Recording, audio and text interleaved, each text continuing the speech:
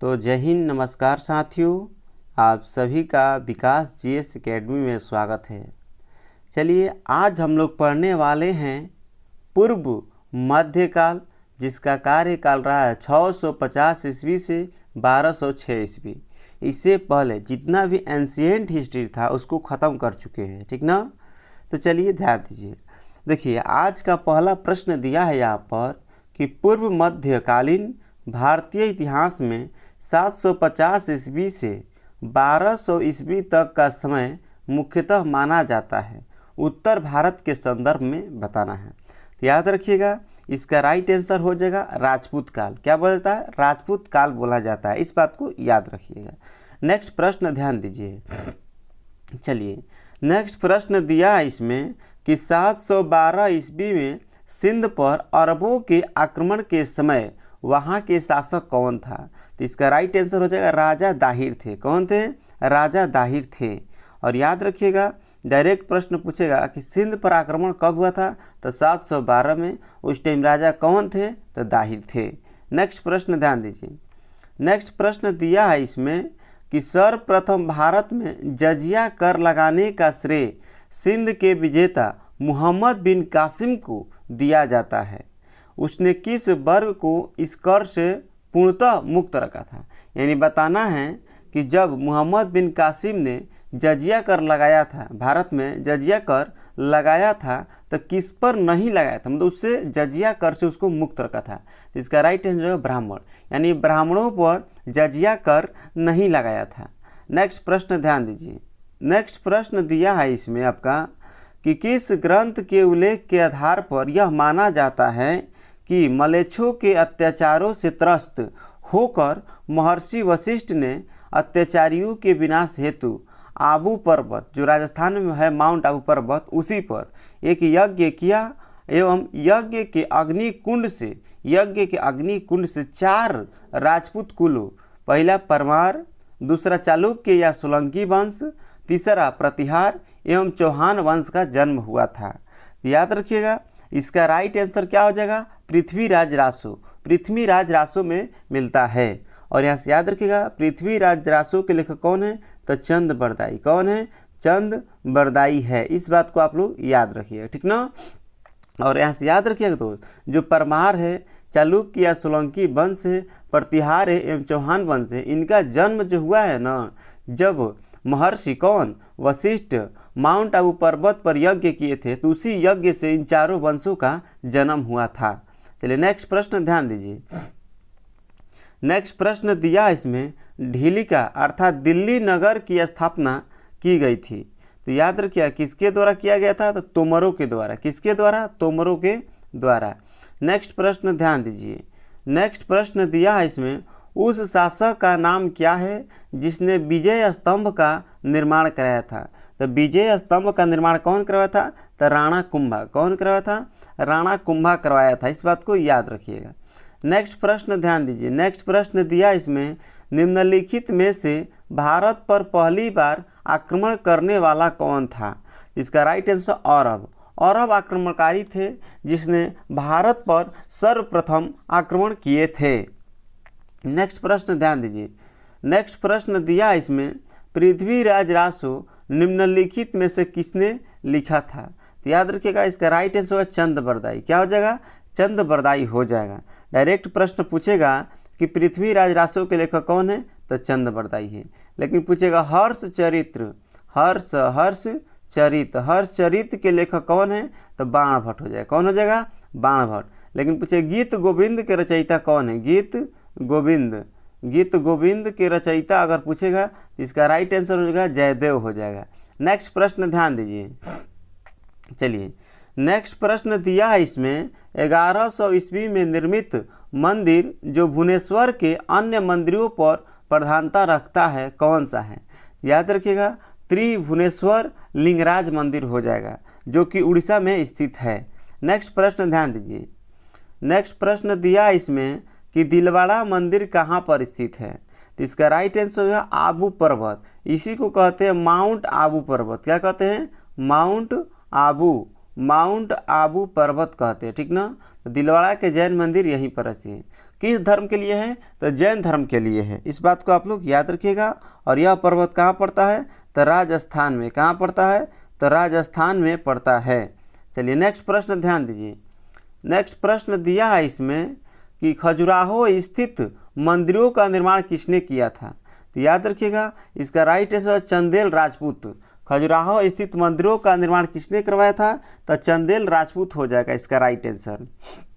चलिए नेक्स्ट प्रश्न ध्यान दीजिए। नेक्स्ट प्रश्न दिया है इसमें कि विजय स्तंभ कहाँ स्थित है? तो विजय स्तंभ कहाँ स्थित है? इसका राइट आंसर हो जाएगा चित्तौड़गढ़ हो जाएगा। नेक्स्ट प्रश्न ध्यान दीजिए। नेक्स्ट प्रश्न दिया है इसमें कि लिंगराज मंदिर का नींव डाली थी। तो लिंगराज नींव डाली थी। लिंगराज जो मंदिर है इसका नींव किसने डाला था? तो यायती केसरी ने। किसने? यायती केसरी ने। नेक्स्ट प्रश्न ध्यान दीजिए। नेक्स्ट प्रश्न दिया है इसमें सोमनाथ मंदिर पर 1000 ईस्वी में 1025 ईस्वी में महमूद गजनबी के आक्रमण के समय गुजरात का शासक कौन था? तो याद रखिएगा कौन था? तो भीमदेव प्रथम था। गुजरात के शासक कौन था? तो भीमदेव प्रथम था। डायरेक्ट प्रश्न पूछेगा कि सोमनाथ मंदिर पर आक्रमण कब हुआ था? कब हुआ था? तो याद रखिएगा 1025 ईस्वी में। कब हुआ था? 1025 ईस्वी में। और उस समय गुजरात के कौन? तो भीमदेव प्रथम थे। चलिए नेक्स्ट प्रश्न ध्यान दीजिए। नेक्स्ट प्रश्न दिया इसमें हिंदू विधि पर एक पुस्तक मिताक्षरा किसने लिखी है? तो याद रखिएगा इसका राइट आंसर हो जाएगा विज्ञानेश्वर। कौन लिखा है? तो विज्ञानेश्वर ने लिखा है। इस बात को याद रखिए। कौन लिखा है? तो विज्ञानेश्वर ने लिखा है। नेक्स्ट प्रश्न ध्यान दीजिए। नेक्स्ट प्रश्न दिया इसमें कि ब्लैक पैगोडा है। तो याद रखिएगा ब्लैक पैगोडा जो है ना कोणार्क में स्थित है।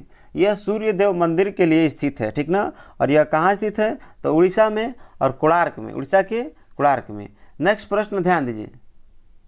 सॉरी देखिए यहाँ पर ब्लैक उड़ीसा कह रहे हैं हम बार बार। ब्लैक पैगोडा जो कर्नाटक में, कहाँ है? कर्नाटक में। कोणार्क का खदान कहाँ है? कर्नाटक में। चलिए ठीक है, याद रखिएगा ब्लैक पैगोडा जो है कहाँ है? कोणार्क में। कहाँ है? कोणार्क में स्थित है। इस बात को याद रखिएगा, ठीक ना। नेक्स्ट प्रश्न ध्यान दीजिए। नेक्स्ट प्रश्न दिया है इसमें कि रानी पद्मावती का नाम अलाउद्दीन खिलजी की चित्तौड़गढ़ विजय से जोड़ा जाता है। याद रखिएगा इसका राइट आंसर हो जाएगा, राणा रतन सिंह। यानी कि रानी पद्मावती जो थी किसकी पत्नी थी? तो याद रखिएगा राणा रतन सिंह के। किसकी? राणा रतन सिंह के। नेक्स्ट प्रश्न ध्यान दीजिए। नेक्स्ट प्रश्न दिया है इसमें कि विक्रमशिला शिक्षा केंद्र के संस्थापक का नाम है। तो याद रखिएगा इसका राइट आंसर हो जाएगा धर्मपाल है। विक्रमशिला विश्वविद्यालय का स्थापना कौन किया था? धर्मपाल। लेकिन पूछेगा नालंदा जो विश्वविद्यालय है बिहार में, इसका स्थापना कौन किया था? कुमार गुप्त फर्स्ट किए थे। इस बात को भी याद रखिएगा। चलिए नेक्स्ट प्रश्न ध्यान दीजिए। नेक्स्ट प्रश्न दिया है इसमें कि निम्नलिखित में से किस मंदिर परिसर में एक भारी भरकम नंदी की मूर्ति जिसे भारत की विशालतम नंदी मूर्ति माना जाता है? याद रखिएगा इसका राइट आंसर हो जाएगा लेपाक्षी मंदिर। क्या हो जाएगा? लेपाक्षी मंदिर हो जाएगा। नेक्स्ट प्रश्न ध्यान दीजिए। नेक्स्ट प्रश्न दिया इसमें निम्नलिखित में से किसे एक नए संवत चलाने का यश प्राप्त हुआ है? इसका राइट आंसर क्या हो जाएगा? लक्ष्मण सेन। क्या हो जाएगा? लक्ष्मण सेन हो जाएगा। नेक्स्ट प्रश्न ध्यान दीजिए। नेक्स्ट प्रश्न दिया इसमें कि गीत गोविंद के रचनाकार जयदेव। ये तो पहले ही बता चुके हैं कि गीत गोविंद के रचनाकार कौन है? जयदेव। किसकी सभा को अलंकृत करते थे? तो लक्ष्मण सेन के सभा को। चलिए नेक्स्ट प्रश्न ध्यान दीजिए। नेक्स्ट प्रश्न दिया है इसमें कि किसने सोमपुर महाविहार का निर्माण कराया था? तो याद रखिएगा महाविहार का निर्माण किसने करवाया था? तो याद रखिएगा इसका राइट आंसर हो जाएगा क्या हो जाएगा? तो इसका भी राइट आंसर हो जाएगा, आप लोग याद रखिएगा धर्मपाल। क्या हो जाएगा? धर्मपाल हो जाएगा। इस बात को आप लोग याद रखिएगा, ठीक ना। हाँ बिल्कुल राइट आंसर है धर्मपाल। नेक्स्ट प्रश्न ध्यान दीजिए। नेक्स्ट प्रश्न दिया है इसमें कि भुवनेश्वर तथा पुरी के मंदिर किस शैली में स्थित है? याद रखिएगा भारत में मंदिरों का निर्माण 3 शैली में होता है। कितना शैली में? 3 शैली में। उत्तर भारत जो होता है ना, उत्तर भारत में नागर शैली में याद रखिएगा। और पूछेगा कि दक्षिण भारत में किस शैली में मंदिर का निर्माण होता है, तो द्रविड़ शैली में। किस में? द्रविड़ शैली में होता है, ठीक ना। लेकिन पूछेगा कि बेसर शैली क्या है, तो बेसर शैली जो है ना, नागर और प्लस में द्रविड़ शैली मिलाकर मंदिरों का निर्माण होता है, इसे ही बेसर शैली कहते हैं। चलिए, तो यहाँ पर पूछा है भुवनेश्वर तथा पुरी के मंदिर किस शैली में है, तो याद रखिएगा उड़ीसा कहाँ स्थित है, तो याद रखिएगा इसका राइट आंसर क्या हो जाएगा, तो याद रखिएगा इसका राइट आंसर हो जाएगा आपका नागर शैली में। किसमें? नागर शैली में हो जाएगा। नेक्स्ट प्रश्न ध्यान दीजिए।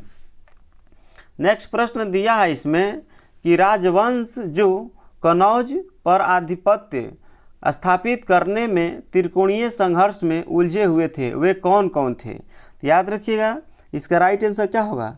देखिए, अच्छा कूट में दिया है, हाँ, तो एक हो जाएगा पाल था, एक प्रतिहार था और दूसरा क्या था? राष्ट्रकूट। यानी इसका राइट आंसर हो जाएगा 2, 3, 4।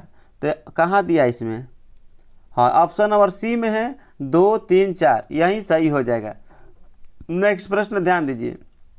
नेक्स्ट प्रश्न दिया इसमें भारत में प्रथम आक्रमणकारी कौन थे, तो याद रखिएगा भारत में प्रथम आक्रमणकारी जो थे मोहम्मद बिन कासिम थे। कौन थे? मोहम्मद बिन कासिम थे। याद रखिए, ये अरब आक्रमणकारी थे जिन्होंने 712 ईस्वी में भारत पर आक्रमण किया था। नेक्स्ट प्रश्न ध्यान दीजिए। नेक्स्ट प्रश्न दिया है इसमें जगन्नाथ मंदिर किस राज्य में स्थित है, तो याद रखिएगा कहाँ स्थित है, तो उड़ीसा में। जगन्नाथ मंदिर जो स्थित है कहाँ स्थित है, तो उड़ीसा में स्थित है। इस बात को आप लोग याद रखिएगा। नेक्स्ट प्रश्न ध्यान दीजिए। नेक्स्ट प्रश्न दिया इसमें कि पुरी में स्थित कोणार्क के विशाल सूर्य मंदिर का निर्माणकर्ता कौन है, तो याद रखिएगा जो पुरी अर्थात उड़ीसा में जो कोणार्क का सूर्य मंदिर स्थित, पुरी में स्थित कोणार्क का सूर्य मंदिर। अच्छा ध्यान दीजिए, पीछे एक कोणार्क आया था सब, ठीक ना, कोणार्क आया था, ब्लैक पैगोडा आया था, ठीक ना। तो याद रखिए ब्लैक पैगोडा जो मंदिर है कोणार्क में स्थित है। कोणार्क कहाँ है, तो उड़ीसा में है, ठीक ना। याद रखिए, कर्नाटक बता दी थी, गलत है, उड़ीसा होगा, ठीक ना। तो यहाँ पर प्रश्न पूछ रहा है कि पुरी में स्थित कोणार्क के विशाल सूर्य मंदिर का निर्माण किसने करवाया था, याद रखिएगा इसका राइट आंसर हो जाएगा नरसिंह फर्स्ट हो जाएगा। क्या हो जाएगा? नरसिंह फर्स्ट। नेक्स्ट प्रश्न ध्यान दीजिए।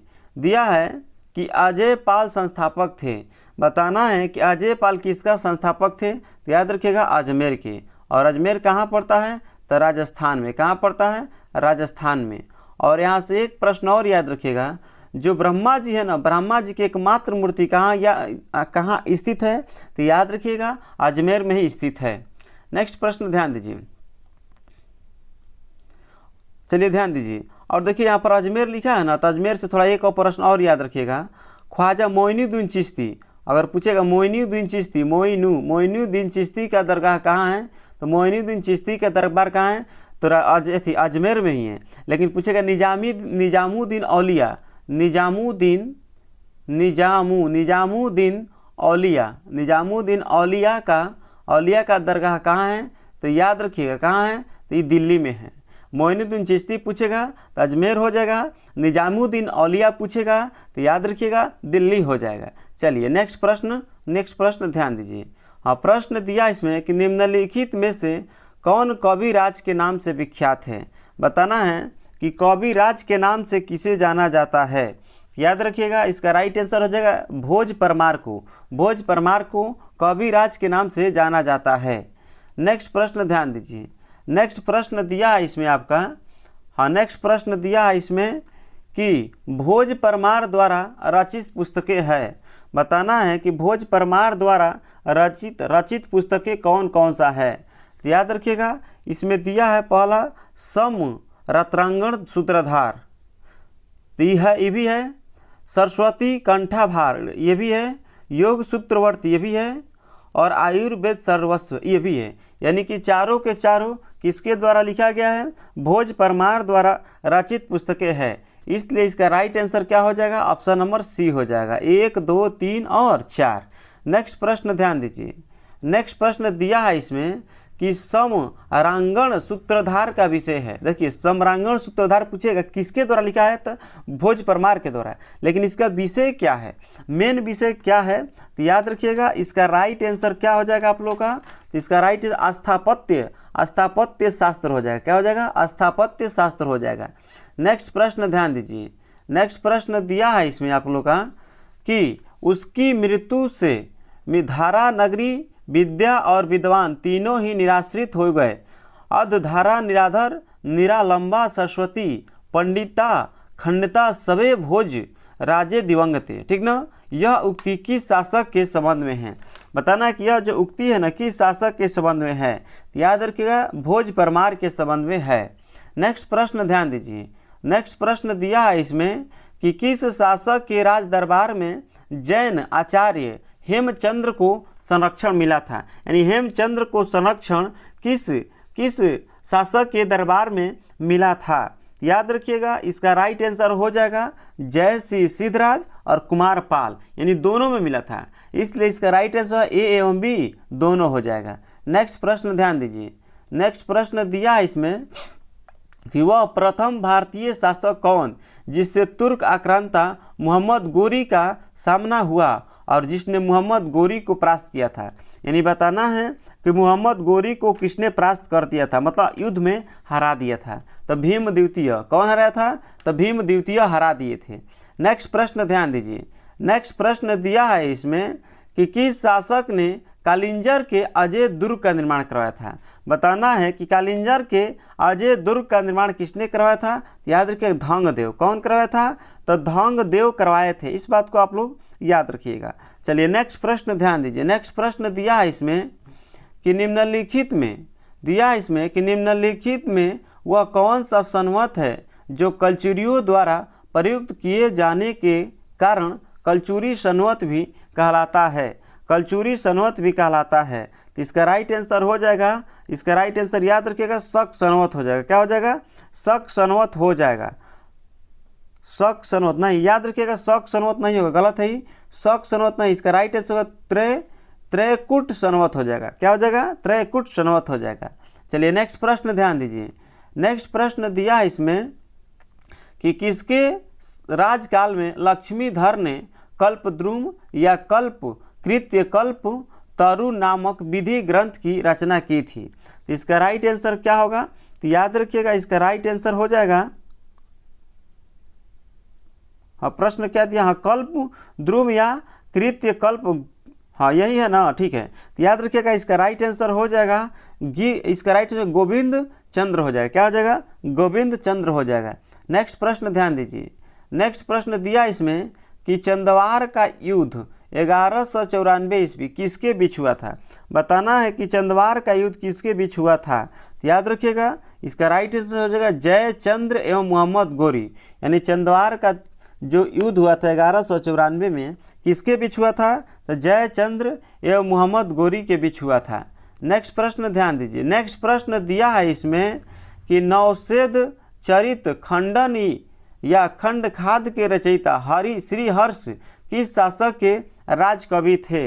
याद रखिएगा इसका राइट आंसर हो जाएगा आप लोगों का, याद रखिएगा जयचंद्र। क्या हो जाएगा? इसका राइट आंसर हो जाएगा जयचंद्र हो जाएगा। नेक्स्ट प्रश्न ध्यान दीजिए। नेक्स्ट प्रश्न दिया इसमें निम्नलिखित शहरों में से किसमें लिंगराज मंदिर अवस्थित है? बताना है कि लिंगराज मंदिर किस शहर में स्थित है? तो याद रखिएगा इसका राइट आंसर हो जाएगा आप लोग का भुवनेश्वर उड़ीसा में। लिंगराज मंदिर कहाँ स्थित है? तो भुवनेश्वर उड़ीसा में है। नेक्स्ट प्रश्न ध्यान दें। हाँ देखिए बहुत ही MVVI है, बहुत ही MVVI प्रश्न है, बहुत बार प्रश्न पूछा जा चुका है, ठीक ना। तो याद रखिएगा दिया इसमें कि मोढेरा का सूर्य मंदिर किस राज्य में स्थित है? तो याद रखिएगा गुजरात में। मोढेरा का सूर्य मंदिर किस राज्य में स्थित है? तो गुजरात में स्थित है। चलिए ठीक है। चलिए नेक्स्ट प्रश्न ध्यान दीजिए।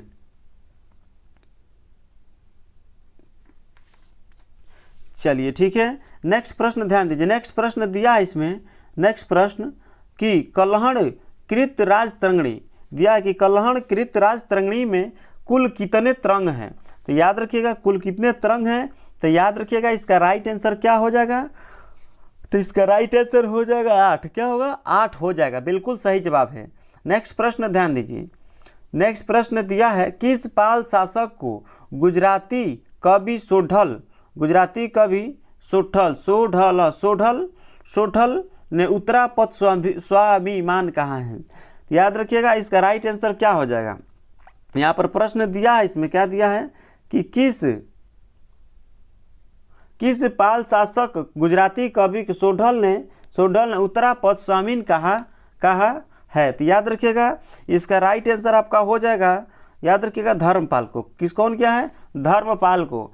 और यहाँ से एक प्रश्न और याद रखिएगा दोस्त, अगर पूछेगा कि पाल वंश की स्थापना कौन किया था, पाल वंश के बहुत ही एमबीबीआई प्रश्न है, पाल वंश का स्थापना कौन किया था? तो धर्मपाल मत मार दीजिएगा, पहला ऑप्शन में धर्मपाल रहेगा। इसका राइट आंसर हो जाएगा देवपाल। क्या हो जाएगा? देवपाल। यानी पाल वंश का संस्थापक कौन था? तो देवपाल था। नेक्स्ट प्रश्न ध्यान दीजिए, नेक्स्ट प्रश्न दिया इसमें कि 9वीं सदी में भारत आए अरब यात्री सुलेमान ने किस साम्राज्य को रुहम्मा कहकर संबोधित किया था? बताना है कि रुहम्मा कहकर संबोधित किया था कौन?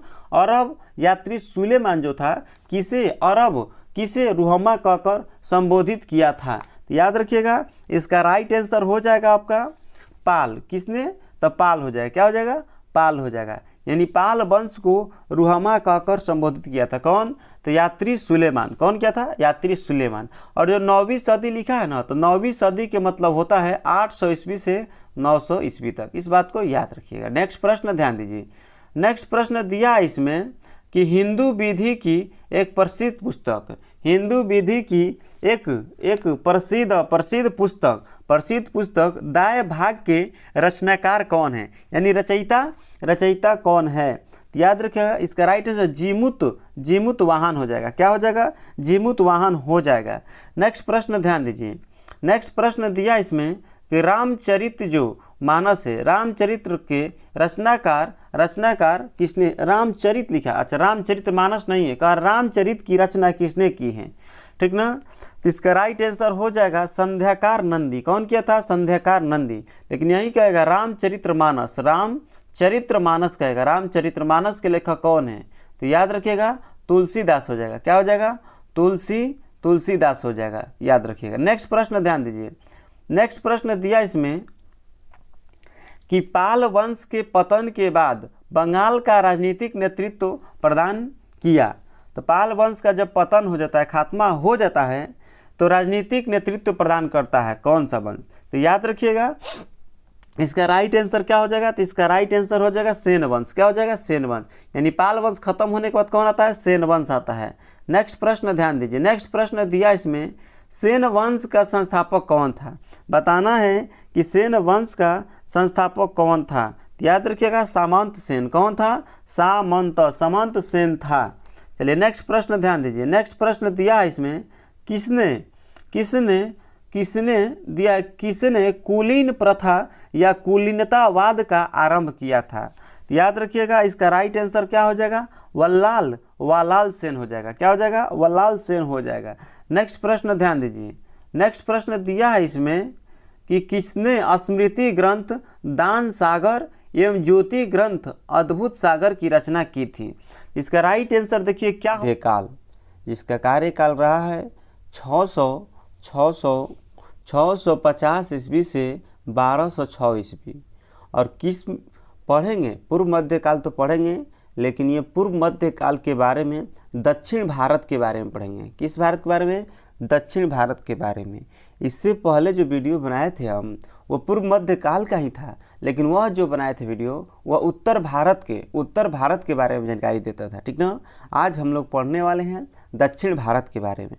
तो उत्तर भारत दक्षिण भारत से एक प्रश्न बनता है, याद रखिएगा। प्रश्न अगर पूछता है कि उत्तर भारत को उत्तर भारत और दक्षिण भारत में विभाजित करने वाली रेखा का नाम क्या है? तो याद रखिएगा कर्क रेखा। क्या नाम है? कर्क रेखा है। कौन रेखा? कर्क रेखा है। और याद रखिएगा कर्क रेखा जो है भारत के कितने राज्यों से होकर गुजरती है? तो 8 राज्यों से होकर गुजरती है। इस बात को याद रखिएगा।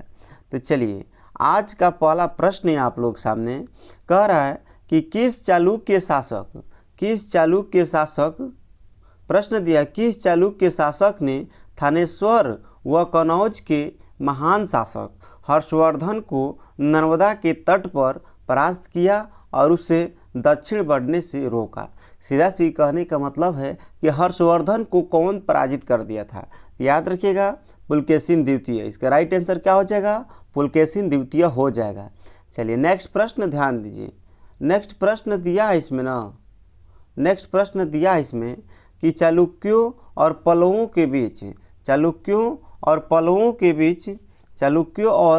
के बीच लंबे समय तक चलने वाले संघर्ष का आरंभ किसने किया था? तो याद रखिएगा, इसका राइट आंसर हो जाएगा नरसिंह वर्मन फर्स्ट। क्या हो जाएगा ना, सॉरी, इसका राइट आंसर होगा पुलकेशिन द्वितीय। क्या होगा?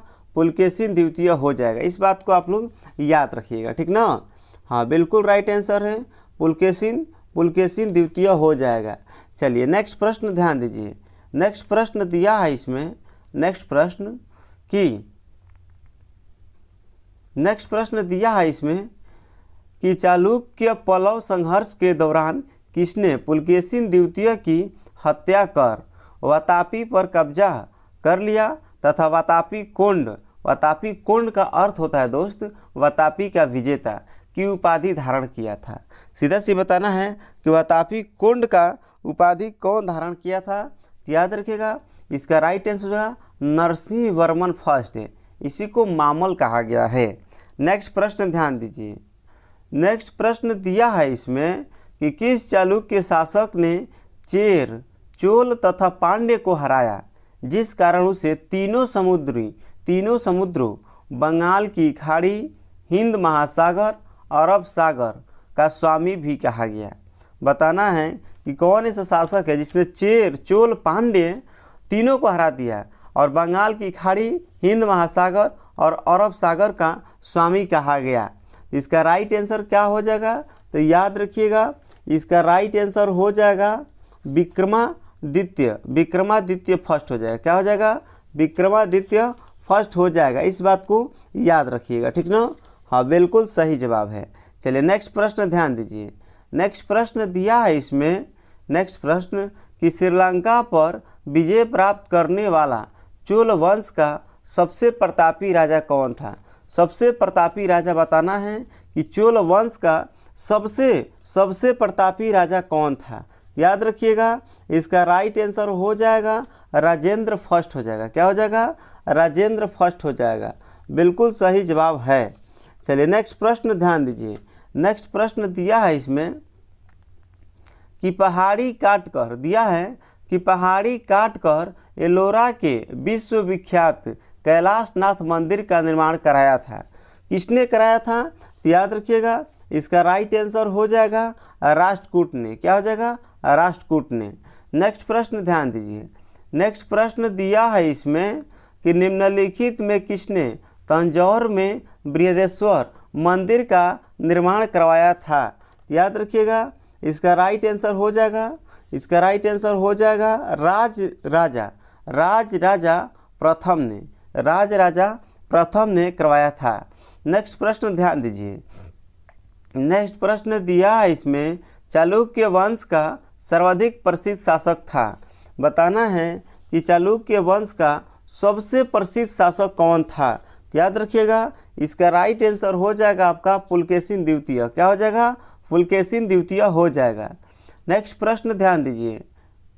नेक्स्ट प्रश्न दिया है आपका कि निम्नलिखित में से कौन सा शहर चोल राजाओं की राजधानी थी? बताना है कि चोल राजाओं की राजधानी कौन सी थी? तो याद रखिएगा, चोल राजाओं की राजधानी जो थी उसका नाम था तंजौर। क्या नाम था? तंजौर। चलिए नेक्स्ट प्रश्न ध्यान दीजिए। नेक्स्ट प्रश्न दिया है इसमें कि पांड्य साम्राज्य की राजधानी कहाँ थी? यही बताना है। तो याद रखिएगा, इसका राइट आंसर हो जाएगा मदुरई। और पीछे हम वीडियो में बता चुके हैं, पीछे बहुत सारे वीडियो बनाए हैं, उसमें बता दिए हैं कि पांड्य, चेर, चोल, पांड्य के बारे में बहुत डिटेल में समझाए थे, ठीक ना। और वहाँ पे भी बताए थे कि पांड्य जो इसकी राजधानी कहाँ थी? मदुरई थी। और मदुरई कहाँ पड़ता है? तमिलनाडु में, ठीक ना। चलिए नेक्स्ट प्रश्न ध्यान दीजिए। नेक्स्ट प्रश्न दिया है इसमें कि राष्ट्रकूट साम्राज्य का संस्थापक कौन था? बताना है कि राष्ट्रकूट जो साम्राज्य था उसका संस्थापक कौन था? तो इसका राइट आंसर हो जाएगा दंती दुर्ग। क्या हो जाएगा? दंती दुर्ग। चलिए नेक्स्ट प्रश्न ध्यान दीजिए। नेक्स्ट प्रश्न दिया है निम्न राजवंशों में से किसने श्रीलंका एवं दक्षिण पूर्व एशिया को जीत लिया था? तो बताइए इसका राइट आंसर क्या हो जाएगा। तो याद रखिएगा इसका राइट आंसर हो जाएगा चोल। क्या होगा? इसका राइट आंसर हो जाएगा चोल। चलिए नेक्स्ट प्रश्न ध्यान दीजिए। नेक्स्ट प्रश्न दिया है इसमें, नेक्स्ट प्रश्न दिया है विरूपाक्ष मंदिर का विरूपाक्ष मंदिर का निर्माण किसने करवाया था? याद रखिएगा विरूपाक्ष मंदिर का निर्माण किसने किया था? तो चालुक्य नहीं, पल्लवों ने। कौन करवाया था? तो विरूपाक्ष मंदिर का निर्माण किसने करवाया था? अच्छा, विरूपाक्ष मंदिर का, तो याद रखिएगा विरूपाक्ष मंदिर का निर्माण किसने करवाया था? तो चालुक्य ने। कौन करवाया था? चालुक्य ने करवाया था। नेक्स्ट प्रश्न ध्यान दीजिए। नेक्स्ट प्रश्न दिया इसमें पल्लवों के 81वें रथ मिलने का स्थान है। पल्लवों के 81वें रथ मिलने का स्थान है। याद रखिएगा इसका राइट आंसर हो जाएगा महाबलीपुरम। महाबलीपुरम। और यह कहाँ पड़ता है? तो महाराष्ट्र में। कहाँ पड़ता है? तो महाराष्ट्र में पड़ता है। ठीक ना, याद रखिए। ठीक ना। चलिए नेक्स्ट प्रश्न ध्यान दीजिए। नेक्स्ट प्रश्न दिया है इसमें कि होयसल की राजधानी का नाम क्या था? बताना है होयसल की राजधानी का नाम क्या था। तो याद रखिएगा इसका राइट आंसर है द्वार समुद्र। क्या नाम था? द्वार समुद्र नाम था। नेक्स्ट प्रश्न ध्यान दीजिए। नेक्स्ट प्रश्न दिया है इसमें महाबलीपुरम जो एक मुख्य नगर है, यह कला में किन शासकों की रुचि दर्शाता है? याद रखिएगा इसका राइट आंसर क्या हो जाएगा? तो इसका राइट आंसर हो जाएगा आपका, याद रखिएगा पल्लवों की। क्या हो जाएगा? पल्लवों की हो जाएगा। नेक्स्ट प्रश्न ध्यान दीजिए। नेक्स्ट प्रश्न दिया है इसमें, नेक्स्ट प्रश्न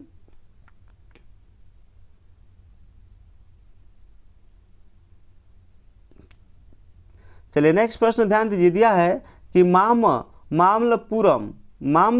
मामल्लपुरम किसका समानार्थी है? बताना है कि मामल्लपुरम जो है ना, मामल्लपुरम जो है किसका समानार्थी है? तो याद रखिएगा इसका राइट आंसर हो जाएगा आपका इसका महाबलीपुरम। क्या हो जाएगा? महाबलीपुरम हो जाएगा। यानी कि मामल्लपुरम जो है किसका समान है? तो महाबलीपुरम के समान है। नेक्स्ट प्रश्न ध्यान दीजिए। नेक्स्ट प्रश्न दिया है इसमें कि निम्नलिखित में से किस शासक के पास एक शक्तिशाली नौसेना थी? बताना है किसके पास शक्तिशाली नौसेना थी। तो याद रखिएगा इसका राइट आंसर हो जाएगा चोल। क्या हो जाएगा? इसका राइट आंसर हो जाए चोल। यानी चोलों के पास एक शक्तिशाली नौसेना थी। चलिए नेक्स्ट प्रश्न ध्यान दीजिए। देखिए ये जो प्रश्न है ना बहुत MVVI प्रश्न है। जो अभी प्रश्न पढ़ने वाले हैं ये जो प्रश्न है बहुत ही MVVI है। प्रश्न क्या दिया है कि भगवान नटराज का प्रसिद्ध मंदिर जिसमें भरतनाट्यम शिल्पकला है वह कहाँ स्थित है? यही बताना है कि नटराज की जो प्रतिमा है कहाँ स्थित है। तो याद रखिएगा चिदम्बरम में। कहाँ? चिदम्बरम में स्थित है। इस बात को याद रखिएगा। ठीक ना। कहाँ स्थित है? चिदम्बरम में। और याद रखिएगा भगवान जो नटराज का मंदिर है, प्रसिद्ध जो मूर्ति है वह किस नृत्य को दर्शाता है? तो भरतनाट्यम। किसको? भरतनाट्यम को। नेक्स्ट प्रश्न ध्यान दीजिए। हाँ, नेक्स्ट प्रश्न दिया है राष्ट्रकूटों को किसके द्वारा उखाड़ फेंका गया था? बताना है कि राष्ट्रकूट जो था ना उसको किसके द्वारा उखाड़ के फेंक दिया गया था, मतलब उसको पूरी तरह पराजित कर दिया गया था? तैलप द्वितीय के द्वारा। किसके द्वारा? तैलप द्वितीय के द्वारा। नेक्स्ट प्रश्न ध्यान दीजिए। नेक्स्ट प्रश्न दिया है इसमें कि प्रशासन के क्षेत्र में चोल राजवंश का मुख्य योगदान है। बताना है कि प्रशासन के क्षेत्र में चोल राजवंश का मुख्य योगदान क्या है? याद रखिएगा इसका राइट आंसर हो जाएगा सुसंगठित स्थानीय स्वशासन। और याद रखिएगा स्थानीय स्वशासन अर्थात ग्राम पंचायतों का गठन किस में है? तो आर्टिकल 40 में है। ग्राम पंचायतों का गठन किस में है? आर्टिकल 40 में है। नेक्स्ट प्रश्न ध्यान दीजिए। हाँ, नेक्स्ट प्रश्न दिया है इसमें कि एलोरा, नेक्स्ट प्रश्न दिया एलोरा का 34 गुफाओं का मंदिर खाली स्थान एवं खाली स्थान के बीच बनाया गया है। बताना है कि एलोरा जो महाराष्ट्र में पड़ता है, ठीक ना, एलोरा गुफा, उसमें 34 गुफाओं का मंदिर कब से कब तक किया गया था? किसके बीच में? तो याद रखिएगा इसका राइट आंसर हो जाएगा आपका ऑप्शन नंबर सी हो जाएगा 700 ईस्वी से 800 ईस्वी। कौन हो जाएगा? 700 ईस्वी से 800 ईस्वी हो जाएगा। नेक्स्ट प्रश्न ध्यान दीजिए। नेक्स्ट प्रश्न दिया है इसमें, देखिए यहाँ पर जो है ये भी बहुत ही MVVI प्रश्न है, बहुत MVVI प्रश्न है। याद रखिए, दिया है प्रश्न यहाँ पर कि तीन मुख वाले शिव यानी महेश्वर की मूर्ति जो त्रिमूर्ति के नाम से जानी जाती है गुफा में है। बताना है कि त्रिमूर्ति जो है ना किस गुफा में है, यही बताना है। याद रखिएगा, इसका राइट आंसर है एलिफेंटा की गुफा में। किसमें है? एलिफेंटा की गुफा। और एलिफेंटा की गुफा भी कहाँ पड़ता है? तो महाराष्ट्र में पड़ता है। नेक्स्ट प्रश्न ध्यान दीजिए। हाँ, नेक्स्ट प्रश्न दिया है इसमें राजेंद्र चोल द्वारा। राजेंद्र चोल द्वारा, नेक्स्ट प्रश्न ध्यान दीजिए, दिया है कि राजेंद्र चोल द्वारा किए गए बंगाल अभियान के समय बंगाल का शासक कौन था? तो याद रखिएगा, इसका राइट आंसर क्या हो जाएगा? तो इसका राइट आंसर हो जाएगा ऑप्शन नंबर डी हो जाएगा, यानी महिपाल फर्स्ट था। कौन था? महिपाल फर्स्ट था। नेक्स्ट प्रश्न ध्यान दीजिए। नेक्स्ट प्रश्न दिया है इसमें कि आठवीं सदी के प्रारंभ में निम्नलिखित में से किसने जोरोएस्ट्रियनों यानी पारसियों को शरण दी, जो पारसिया ईरान से समुद्र द्वारा फरार होकर तटीय रास्ता से पश्चिमी भारत पहुँचे थे। याद रखिएगा, इसका राइट आंसर हो जाएगा ऑप्शन नंबर डी। क्या हो जाएगा? ऑप्शन नंबर डी, राष्ट्रकूटों ने। कौन? राष्ट्रकूटों ने। याद रखिएगा। नेक्स्ट प्रश्न ध्यान दीजिए। नेक्स्ट प्रश्न दिया है इसमें कि 12वीं सदी के राष्ट्रकूट वंश के 5 शिलालेख किस राज्य में मिले हैं? बताना है कि 12वीं सदी में राष्ट्रकूट वंश के 5 शिलालेख कौन से राज्य में मिले हैं? याद रखिएगा, इसका राइट आंसर हो जाएगा आपका, हाँ बहुत ही एमबीबीआई है, इसका राइट आंसर हो जाएगा ऑप्शन नंबर बी हो जाएगा, कर्नाटक में। कहाँ मिला है? तो कर्नाटक में मिला है। नेक्स्ट प्रश्न ध्यान दीजिए। नेक्स्ट प्रश्न दिया है इसमें कि निम्नांकित राजवंशों में से किसके शासक अपने शासन काल में ही अपना उत्तराधिकारी घोषित कर देते थे? यही बताना है कि कौन सा ऐसा मतलब वंश था ना जिसमें अपने ही शासन काल में, अभी वो है ये है ठीक ना, अपने ही शासन काल में अपना उत्तराधिकारी घोषित कर देता था। तो याद रखिएगा, इसका राइट आंसर हो जाएगा ऑप्शन नंबर बी, चोल। यानी चोल वंश वाला जो था ना अपने ही शासनकाल में अपना उत्तराधिकारी घोषित कर देता था। नेक्स्ट प्रश्न ध्यान दीजिए। नेक्स्ट प्रश्न दिया इसमें दक्षिण भारत का तकोलम का युद्ध हुआ था। बताना है कि तकोलम का युद्ध किसके बीच हुआ था? तो याद रखिएगा, इसका राइट आंसर हो जाएगा चोल एवं राष्ट्रकूटों के मध्य में। नेक्स्ट प्रश्न ध्यान दीजिए। नेक्स्ट प्रश्न दिया है इसमें कि एलोरा गुफाओं का निर्माण कराया था। बहुत ही एमबीबीआई प्रश्न है, याद रखिएगा। प्रश्न पूछेगा कि एलोरा की गुफाओं का निर्माण किसने करवाया था? तो याद रखिएगा, इसका राइट आंसर हो जाएगा राष्ट्रकूटों ने। यानी एलोरा की गुफा का निर्माण किसने करवाया था? तो राष्ट्रकूटों ने। नेक्स्ट प्रश्न ध्यान दीजिए। नेक्स्ट प्रश्न दिया है इसमें कि द्रविड़ शैली के मंदिरों में गोपुरम से तात्पर्य है। देखिए, आप लोग बार बार हम समझा रहे कि भारत में जो है ना मंदिर का निर्माण 3 तरह से होता है। उत्तर भारत में नागर शैली चलता है। कौन शैली? नागर शैली, ठीक ना।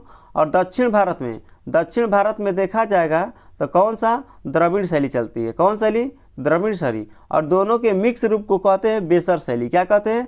बेसर शैली। यानी कि नागर शैली और द्रविड़ शैली दोनों मिला दीजिएगा तो किस शैली का निर्माण होता है? तो बेसर शैली का निर्माण होता है। यही कहा है इस पे, यहाँ पर प्रश्न कहा है कि द्रविड़ शैली के मंदिरों में जो गोपुरम होता था ना, इसका तात्पर्य क्या है? ये भी मोस्ट इम्पोर्टेंट प्रश्न है, ठीक ना। ये बात याद रखिएगा, ठीक ना। तो इसका अर्थ क्या होता है? याद रखिएगा, एलोरा की गुफाओं में गोपुरम का अर्थ क्या होता है? इसका राइट आंसर हो जाएगा ऑप्शन नंबर डी, तोरण के ऊपर बने अलंकृत एवं बहुमंजिला भवन से। याद रखिएगा। नेक्स्ट प्रश्न ध्यान दीजिए। नेक्स्ट प्रश्न दिया इसमें एलोरा में गुफाओं शैलकृत मंदिरों का संबंध है। एलोरा में गुफाओं तथा शैलकृत मंदिरों का संबंध है। याद रखिएगा, इसका राइट आंसर हो जाएगा ऑप्शन नंबर डी हो जाएगा, हिंदुओं, बीड़ों एवं जैनों में। बीड़ों नहीं है, बौद्धों हो जाएगा। देखिए गलती दिया है, यहाँ पर बीड़ों लिखा गया है, यहाँ पर बौद्धों होगा। क्या होगा? बौद्धों हो जाएगा। बौद्धों, हिंदुओं, बौद्धों एवं जैनों में, तीनों में, हिंदुओं, बौद्धों एवं जैनों तीनों में हो जाएगा। यहाँ पर गलती दिया है बीड़ों नहीं होगा। चलिए नेक्स्ट प्रश्न ध्यान दीजिए। नेक्स्ट प्रश्न दिया है इसमें आपका कि निम्नलिखित में से खोल प्रशासन की विशेषता क्या थी। देखिए क्या थी लिखना है तो क्या चीज हो गया, मिस्टेक हो गया थोड़ा टाइपिंग, तो याद रखिएगा खोल प्रशासन की विशेषता क्या थी। खोल प्रशासन की विशेषता बताना है। खोल लिख दिया है ना, देखिए यहाँ पर क्या लिखा है खोल, ये भी गलत है, यहाँ पर चोल होगा, ठीक ना, क्या होगा चोल हो जाएगा, ठीक ना। निम्नलिखित में से चोल प्रशासन की विशेषता क्या थी, याद रखिएगा इसका राइट आंसर हो जाएगा ग्राम प्रशासन की स्वायत्तता, ग्राम प्रशासन की स्वायत्तता हो जाएगा। नेक्स्ट प्रश्न ध्यान दीजिए। नेक्स्ट प्रश्न दिया है इसमें कि चोलों का राज्य किस क्षेत्र में फैला हुआ था। चोलों का राज्य जो था ना किस क्षेत्र में फैला हुआ था, याद रखिएगा इसका राइट आंसर हो जाएगा ऑप्शन नंबर डी, कोरोमंडल तट दक्कन के कुछ भाग में, कोरोमंडल तट तथा दक्कन के कुछ भाग में। चलिए नेक्स्ट प्रश्न ध्यान दीजिए। नेक्स्ट प्रश्न दिया है इसमें कि चोल शासकों के समय में बनी हुई प्रतिमाओं में सबसे अधिक विख्यात हुई थी। तो बताइए सबसे अधिक प्रतिमा कौन सी विख्यात हुई थी, याद रखिएगा इसका राइट आंसर हो जाएगा ऑप्शन नंबर डी हो जाएगा। नटराज शिव की कांस्य प्रतिमा है, और नटराज वाला जो मूर्ति है किस नृत्य को दिखाता है, याद रखिएगा भरतनाट्यम। किस नृत्य को सूचित करता है, तो भरतनाट्यम को, किसको भरतनाट्यम को सूचित करता है, इस बात को याद रखिए, ठीक ना। और यह मूर्ति कहाँ है, चिदम्बरम में, कहाँ है, चिदम्बरम में है। नेक्स्ट प्रश्न ध्यान दीजिए। नेक्स्ट प्रश्न दिया इसमें चोल युग प्रसिद्ध है, किसके लिए प्रसिद्ध है, बताना है कि चोल युग जो है ना, चोल युग किसके लिए प्रसिद्ध है। याद रखिएगा चोल युग जो है राष्ट्रकूटों के युद्ध के लिए प्रसिद्ध है, राष्ट्रकूटों के युद्ध के लिए नहीं, याद रखिएगा इसका राइट आंसर हो जाएगा ग्रामीण सभाओं, किसके लिए, ग्रामीण सभाओं के लिए प्रसिद्ध था।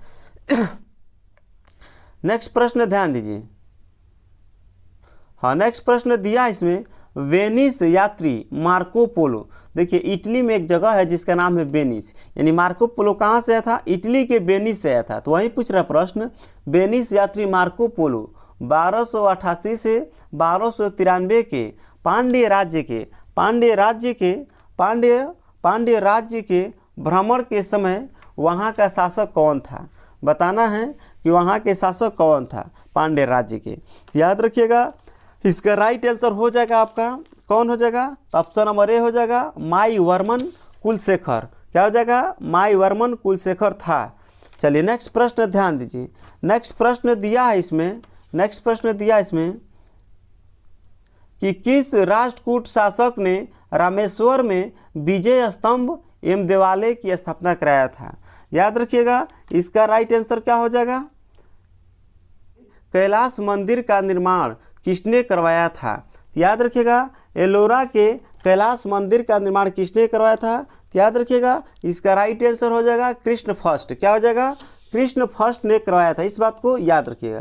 क्या कौन करवाया था, कृष्ण फर्स्ट ने। और इसके पहले वाला प्रश्न क्या था, किस राष्ट्रकूट शासक ने रामेश्वरम में विजय स्तंभ एवं देवालय की स्थापना करवाया था, विजय स्तंभ एवं देवालय की स्थापना कराया था। याद रखिएगा इसका राइट आंसर हो जाएगा आपका ऑप्शन नंबर कौन है, तो ऑप्शन नंबर सी सही है। ये याद रखिएगा, ये भी बहुत एमबीए प्रश्न है। ध्यान दीजिए यहाँ पर दिया किस राष्ट्रकूट शासक ने रामेश्वरम में विजय स्तंभ एवं देवालय की स्थापना करवाया था, कृष्ण तृतीय। कौन करवाया था, कृष्ण तृतीय। चलिए नेक्स्ट प्रश्न ध्यान दीजिए।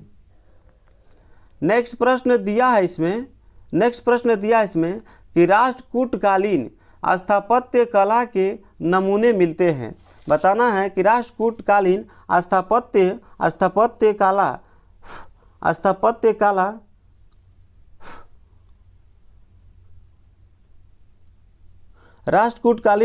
कला के नमूने मिलते हैं, कहाँ से प्राप्त होते हैं। याद रखिएगा इसका राइट आंसर हो जाएगा एलोरा से भी मिलता है और एलिफेंटम से, दोनों से। तो इसका राइट आंसर ए और बी दोनों हो जाएगा। नेक्स्ट प्रश्न ध्यान दीजिए। नेक्स्ट प्रश्न दिया है इसमें कि रावण की खाई, दशावतार, कैलाश गुफा मंदिर आदि मिलते हैं, कहाँ से मिलते हैं। याद रखिएगा इसका राइट आंसर हो जाएगा ऑप्शन नंबर ए सही है, एलोरा से। कहाँ से, एलोरा से। नेक्स्ट प्रश्न ध्यान दीजिए। नेक्स्ट प्रश्न दिया है इसमें, चलिए ध्यान दीजिए, नेक्स्ट प्रश्न दिया है इसमें, नेक्स्ट प्रश्न दिया है इसमें, बम्बई से 6 मील दूर, बम्बई से 6 मील दूर धारापुरी धारा नगरी में स्थित गुफाएं कौन हैं? याद रखिएगा, इसका राइट आंसर हो जाएगा, इसका राइट आंसर हो जाएगा आपका एलिफेंटा की गुफाएं। क्या हो जाएगा? एलिफेंटा की गुफाएं। नेक्स्ट प्रश्न ध्यान दीजिए, नेक्स्ट प्रश्न दिया है इसमें आपका कि होयसल स्मारक पाए जाते हैं। बताना है कि होयसल स्मारक कहाँ पाए जाते हैं। याद रखिएगा, इसका राइट आंसर हो जाएगा आपका हॉलीवुड और वेलूर में, हॉलीवुड और वेलूर में पाया जाता है। नेक्स्ट प्रश्न ध्यान दीजिए, नेक्स्ट प्रश्न दिया है इसमें कि महासभा की कार्यकारिणी समिति को कहा जाता है। महासभा के जो कार्यकारिणी समिति है उसको क्या कहा जाता है? चलिए ठीक है, तो याद रखिएगा, इसका राइट आंसर हो जाएगा महासभा के कार्यकारिणी समिति को क्या कहा जाता है। तो इसका राइट आंसर याद रखिएगा ऑप्शन नंबर ए हो जाएगा वरियम। क्या कहा जाता है? वरियम कहा जाता है। बहुत ही एमवीवीआई प्रश्न है, याद रखिएगा इसको, बहुत एमवीवीआई प्रश्न है, याद रखिएगा। फिर से एक बार पढ़ दे रहे हैं, महासभा की कार्यकारिणी समिति को कहा जाता है तो वरियम कहा जाता है। क्या कहता है? वरियम। नेक्स्ट प्रश्न ध्यान दीजिए, नेक्स्ट प्रश्न दिया है इसमें कि कहाँ से प्राप्त अभिलेख से महासभा की कार्यकारिणी के विषय में विस्तृत जानकारी मिलती है। तो याद रखिएगा, इसका राइट आंसर क्या हो जाएगा? ऑप्शन नंबर ए हो जाएगा उत्तर मेरूर से। कहाँ से मिलता है? उत्तर मेरूर से मिलता है। नेक्स्ट प्रश्न ध्यान दीजिए, नेक्स्ट प्रश्न दिया है चोल काल में नौसेना का सर्वाधिक विकास, नौसेना का सर्वाधिक विकास किस समय में हुआ था? तो याद रखिएगा, इसका राइट आंसर हो जाएगा आपका option number C Rajaraja first में, राजराजा फर्स्ट में हुआ था। सॉरी, राजराजा फर्स्ट नहीं, याद रखिएगा, इसका राइट आंसर हो जाएगा राजेंद्र फर्स्ट। क्या हो जाएगा? राजेंद्र फर्स्ट में हुआ था सर्वाधिक विकास। इस बात को याद रखिएगा। चलिए नेक्स्ट प्रश्न ध्यान दीजिए, नेक्स्ट प्रश्न दिया है इसमें कि युद्ध में विशेष पराक्रम दिखाने वाले योद्धा को कौन सी उपाधि दी जाती थी? याद रखिएगा, इसका राइट आंसर क्या हो जाएगा? तो याद रखिएगा, इसका राइट आंसर हो जाएगा आपका ऑप्शन नंबर ए क्षत्रिय शिखामणि, क्षत्रिय शिखामणि की उपाधि दिया जाता था। याद रखिएगा। नेक्स्ट प्रश्न ध्यान दीजिए, नेक्स्ट प्रश्न दिया है इसमें पराया का अर्थ है पराया, दिया है कि पराया का अर्थ क्या होता है? याद रखिएगा, पराया का अर्थ होता है अछूत। क्या होता है? पराया का अर्थ होता है अछूत होता है। नेक्स्ट प्रश्न ध्यान दीजिए, नेक्स्ट प्रश्न दिया इसमें कि चोल काल में सोने के सिक्के कहलाते थे। तो चोल काल में सोने के सिक्कों को क्या कहते थे? याद रखिएगा, इसका राइट आंसर कुलुंजू कहते थे। क्या कहते थे? कुलुंजू। नेक्स्ट प्रश्न ध्यान दीजिए, नेक्स्ट प्रश्न दिया है इसमें कि चोल काल में राज्य की स्वामित्व वाली भूमि कहलाती थी। तो याद रखिएगा, राज्य के स्वामित्व वाली भूमि क्या कहलाती थी? तो इसका राइट आंसर हो जाएगा ऑप्शन नंबर ए प्रभु मान्यम। क्या कहलाता था? प्रभु मान्यम कहलाता था। नेक्स्ट प्रश्न ध्यान दीजिए, नेक्स्ट प्रश्न दिया इसमें कि चीन में व्यापारिक दूत भेजने वाला चोल सम्राट था। चीन में व्यापारिक दूत भेजने वाला चोल सम्राट का नाम क्या था? याद रखिएगा, इसका राइट आंसर हो जाएगा उपयुक्त सभी, यानी राज फर्स्ट, राजेंद्र प्रथम और कुलोत्तुंग चोल फर्स्ट। तो इसका राइट आंसर उपयुक्त सभी, यानी जितने भी भेजे थे राजदूत, ये सब भेजे थे। ठीक ना? चलिए नेक्स्ट।